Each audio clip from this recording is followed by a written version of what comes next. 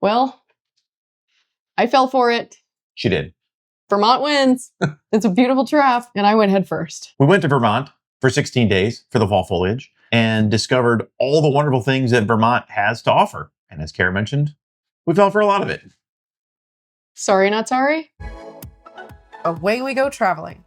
So we found the best places and things in Vermont for you to do to optimize your amazing fall trip. First up, this is first too. Number 1. The rest of the list, no particular order, Right. but this one is number 1. The leaves. Leaves! Amazing. It's amazing. Just amazing. We both grew up in the Midwest in fall, and the leaves change in the Midwest in fall. They do. They don't change like It's nothing like Vermont. we'd always heard about it. You see pictures. Yeah. It's very different in person. And it was really cool because when we showed up, they were, for the most part, all green. And over the 16 days, they all turned. So we got the entire run of what they look like normally, and then how they turned into the reds and the yellows and the oranges and the purples and the combination of all of those and trees and canopies. And it was an explosion. Stunning, yeah. In every place. And it's called the Green Mountain State. The Green Mountains run through there. So there's a lot of places where there's high hills and there's trees on those high hills and all the leaves turn across there at different rates. Just amazing. If you're going to Vermont, that's probably why you're going to be there in the fall. So we're not telling you anything you don't know, but it really is worth the trip if you haven't done it before. So obviously leaves were number 1. The rest of the list, everything is equally tied. So there is no particular order. Tie for 2. Tie for 2. We enjoyed every piece of the 2 weeks we were there. We had a recommendation that we had to get Vermont authentic apple cider donuts. Apple cider donuts, apple cider, and apples. And wow, did we find it. One of the places that we found not too far from our place was called Bert's. And apparently it's one of the best, if not the best, in the entire state. It was fun. They had rows of apple fields, all different types that you could go down and pick them yourself. They had them pre-picked. They had an apple slingshot, a trebuchet, which I believe you'll be looking at actively here, which we were terrible at, but it was still fun to play with. So fun.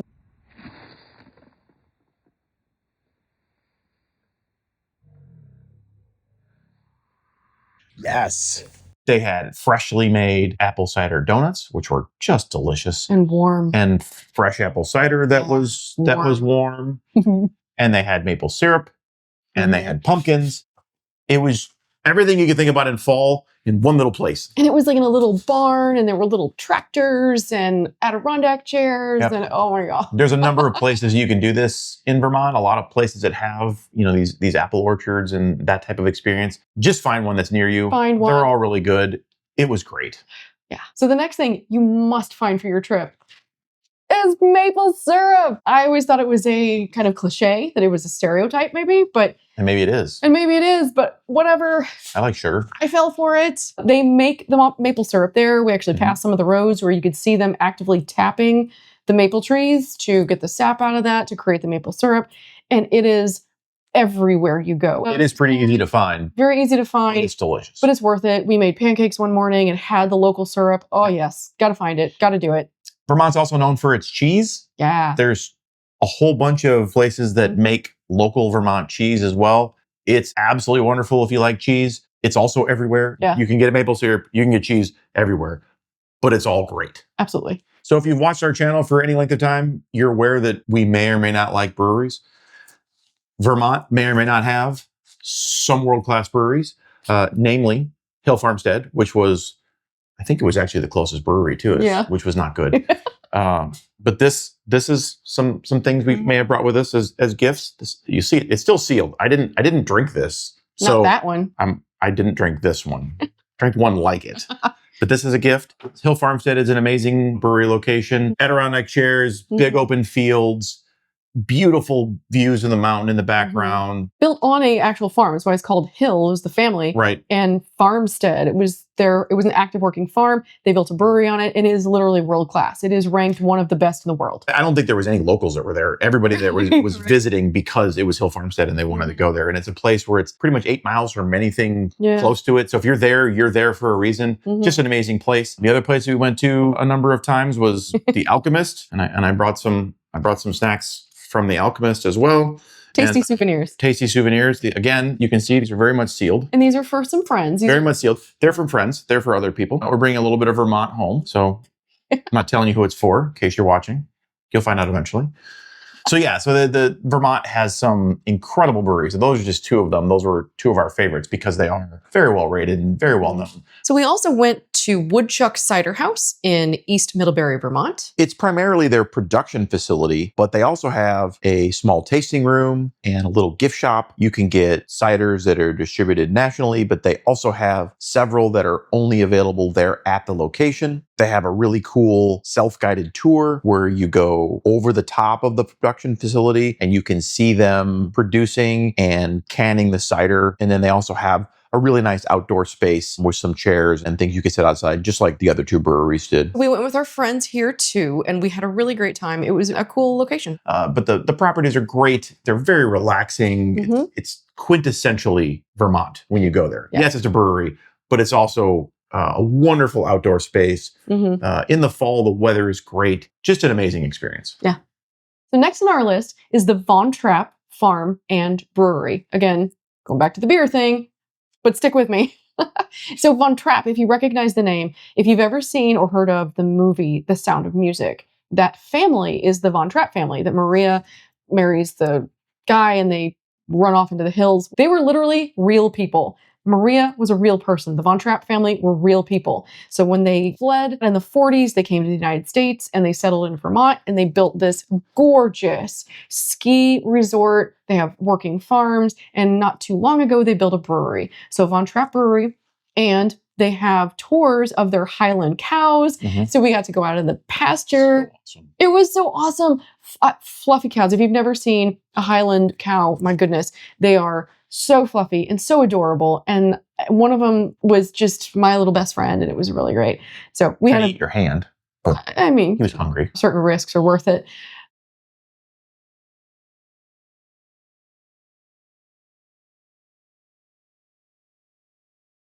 It was really, really a great time. So that entire property has a lot to do. Go find the Von Trapp property. Next up, and we have an entire video about it. Go watch that if you're more interested in this as a concept. But the Haskell Free Library and Opera House, which is at the very northern part of Vermont, literally on the Canadian border. In fact, the library sits across the Canadian-U.S. border. While you're inside, you can cross over freely between U.S. and Canada. You just got to go back to your own country when you're done. We got this as a recommendation from Kara's sister. Hi, sis. It was great. It was a very unique experience. All the books are in English and French. They have a crazy unique history because this thing literally sits across an international border. A really cool day trip, great history. So if you get a chance, Vermont's not a very big state. Go up and take a look at the library. It was really fun. This is the Canadian border. Don't cross over there. Gross. As the sign says, stop, do not cross. It is illegal. The Haskell Free Library and Opera House straddles the border. There's the U.S. entrance and the Canadian entrance. You must exit the door you entered. So one of our other favorites that you must do for your trip is Ben & Jerry's. It's an ice cream brand. I'm sure you've heard of it. It's in every store. It's been iconic since the 70s, I think, but it's a factory tour. You can go in, you get all kinds of free samples, you learn about the history of it. You can go over a glass room and watch the factory and the assembly lines working and making ice cream. The 12:30 tour, just move right on in. It is a super fun place and it's really beautiful, very colorful. And we went with our friends. We really enjoyed it. Yeah, you get to try a flavor that hasn't been released yet. So they have like a test lab and they let you test that out. And it's kind of cool watching the ice cream being made. They have a whole graveyard that's all the flavors that have been discontinued, deceased. And they have little headstones for them all. It's kind of cute. Gives you the story behind them when they came out and when they got released. Kind of a neat tour. Super fun, but it's in the main touristy areas. So chances are if you're in Vermont, you're going to be pretty close to it. And it is very popular. So you can make reservations online. Highly recommend that. Next up, and this was a complete unknown for us, something I didn't know was going to happen, something I didn't know was even possible, but we basically ran into dark sky in Vermont. There was very little light pollution because there aren't a lot of big cities. We were kind of out in the middle of nowhere. If you enjoy stars, if you enjoy star photography, it's an amazing opportunity. Yeah. You set up a tripod outside, you shoot some stars. I'm sure there's some video of this playing, some of the pictures I was able to take. Again, just on my iPhone. So really amazing ability to do some dark sky viewing. If you just want to go out and look at the stars, I don't think I've ever seen them Never. so bright in the complete canopy. There was, there was no areas that was covered by light pollution. And then being able to video and photograph them was really cool. Right. And we had the benefit of accidentally ending up there during a new moon, which means there is no moon. The moon is gone. So that alleviated. Where'd the moon go? Where'd you go? Don't worry, we'll find it again. She'll come back. There were no tides during that time, I guess. The moon is gone. Fell right out of the sky. So there was no light pollution from the moon. There was no light pollution from any towns because we're out in the middle of nowhere. And Gary did an amazing job with the long exposure and finding out all the apps to download and how to do that. It was amazing to see the actual Milky Way. I'd never seen it before in my life. It was just stunning. Yeah, you could see it with the naked eye. Yeah. We caught a little bit of northern lights. Oh, the northern on lights. accident Yeah. as well. We couldn't see them, but the camera caught them. Yeah. It was one of those situations where, long exposure found them, but we couldn't see it with our eyes. But the Milky Way was 100% visible. Yeah. Just amazing. naked eye. So next on our list, highly recommend you find a hike when you're in Vermont.